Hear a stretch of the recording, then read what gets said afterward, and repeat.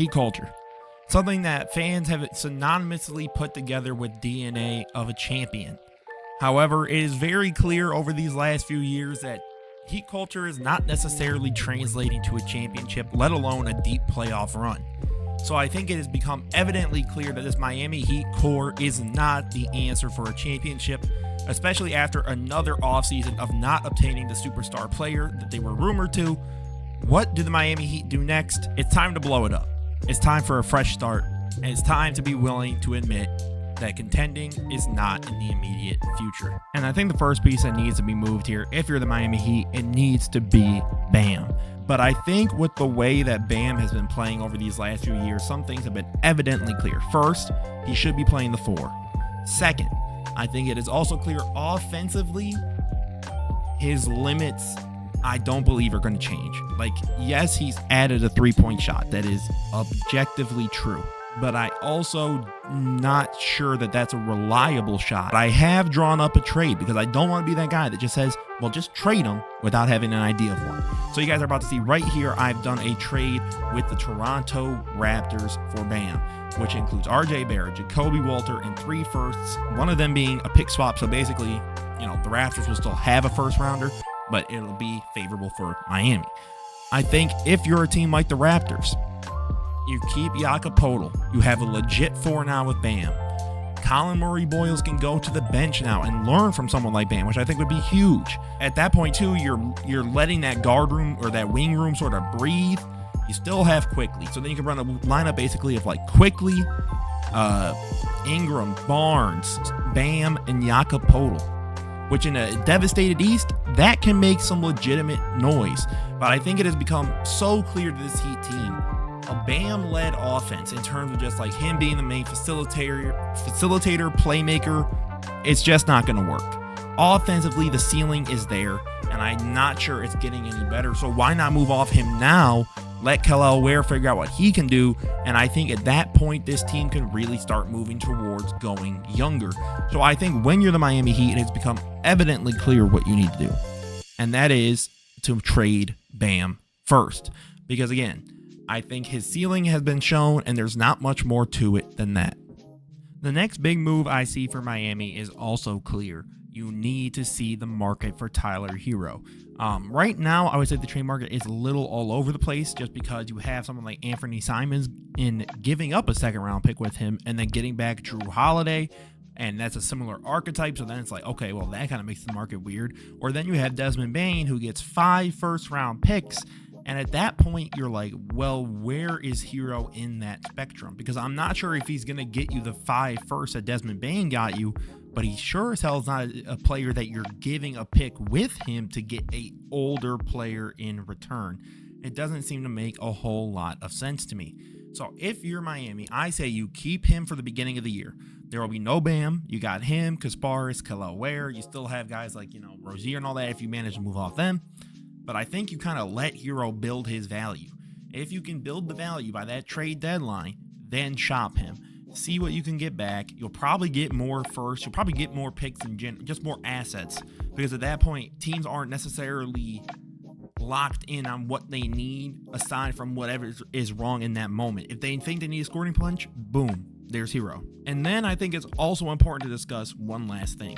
What does the actual future of the Miami Heat look like if they make these trades? Now, there's 2 versions of the Heat's future that we would need to talk about. One is the hypothetical if the trade I basically created had gone through, and the second being what is the more likely. The Miami Heat basically do what they always do, and they stay put, and they keep their current core. So let's start with the more likely for right now. I think if you still have the core, you got Kasparis, Hero, Wiggins, Bam, Ware. In an injured Eastern Conference, that could be competitive, but there's also a downside to this being competitive. Pat Riley and the Heat can then look at that and go, well, why would we ever move these pieces now? We see that they can actually make some noise in the East. They can make noise to get to an ECF, to a semifinals, to get to the finals again. If they can do that, why would we move them? And then, yet again, for Miami fans, I know they just love to hear it, the status quo would only be prolonged. And that's where I think there's a weird dialogue that needs to happen about Pat Riley, because I see two sides of the coin here with Pat. You have one core of Heat fans that basically put the entire situation of the Miami Heat on his shoulders, like it is all his fault. Well, I don't even think that's necessarily 100% fair. Now, are there bad trades and contracts in this history? Sure. Like, I don't think the Terry Rozier trade is a good trade, even when it happened. When Kyle Lowry came along, Jimmy wanted Kyle. He appeased his superstar level or whatever, he appeased his superstar. Brought on Kyle Lowry. Heat fans were cool with that. Then they hate it 2 years later. So basically, Pat Riley is damned if he does. If he does make the trades or moves, even if they're not for the biggest name available, well, why did he do that? We can't get this guy, so we settle for this. And then he doesn't trade for a player, like he didn't trade for, a James Harden or a KD. Well, Pat never makes a move. This is no good. We're never going to do anything. How are we expected to ever move on? Well, the problem is it's a two-sided coin, because I've also then heard, I'm glad we didn't trade for Harden back in 2020. I'm glad we didn't make that move.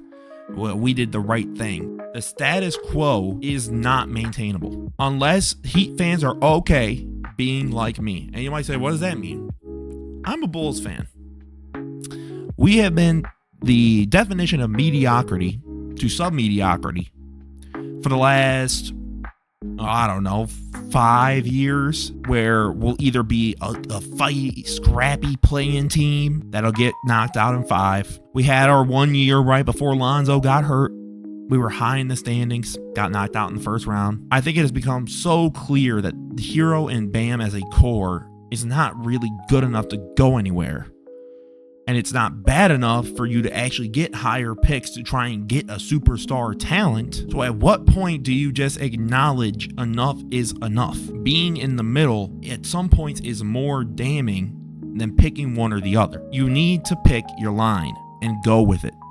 I think if you're Pat Riley, after this season, or even in this offseason, you need to make up your mind. Are we trying to legitimately compete, or are we just now abundantly aware that that's not going to be possible and it's okay to move? And now we can get into my second possible future. And then you have my idea of the future, which would be Kasparis, Tyler Hero, RJ Barrett. You got, at that point, you could even run Wiggins and RJ 3-4 and then Kelly Ware. And then if you can move Hero, you're running a Kasparis and Ware, tandem, and see how well that goes. Give them time to gel. See if they can work together to become something deadly. And at that point, you could actually focus on developing your players. You would have Keyshawn George. You would really start to develop young guys. And let's even say it's not just my trade, but the idea would remain the same. Hopefully you would get back some young players or just really good draft capital. And at that point, you can finally just tank for a year or two. It doesn't have to be this 15-year-long thing. I think this organization is good at drafting when they actually have the picks available. I just think they don't get a lot of picks because they keep trying to be competitive over and over and over and over. So I think in this scenario, what do the Heat do next? I think it's finally prepare and accept your tanking fate. And that's okay. Almost every organization has to go through it at some point. The Lakers had to do it before they got LeBron as a free agent and then got AD. The Thunder did it before, all their trades and deals came to fruition. And they got, SGA and J-Dub and Chet. You see it throughout the league. At some point, you have to concede your time in the league as a competitor, contender is up. The Spurs did it. Right? And now they got Wemby. Now they have all these young picks. I think the teams that end up doing the best in the cycle of the NBA are the ones who can recognize when their windows are closed and take advantage. Whether that be, selling off their pieces to get a bunch of picks back. Whether it be trading for other young guys in return so that way they can build a young core. I think it's, the teams that can recognize the opportunity, those are the teams that are going to last. For a long time. That's how you would make Heat culture something that is meaningful and long-term and isn't able to basically just be said, well, when we were a super team, Heat culture was very strong. But as always, guys, this isn't necessarily bound to happen. But I'm curious what you guys think. This is a new kind of content for the channel. Let me know what team you want me to do next. If you enjoyed this, let me know in the comments. If not, let me know what you would want to improve. As always, guys, this was Amsterdam No Soup. Don't forget to leave a like, comment, subscribe. Have a beautiful rest of your day, guys. Peace out.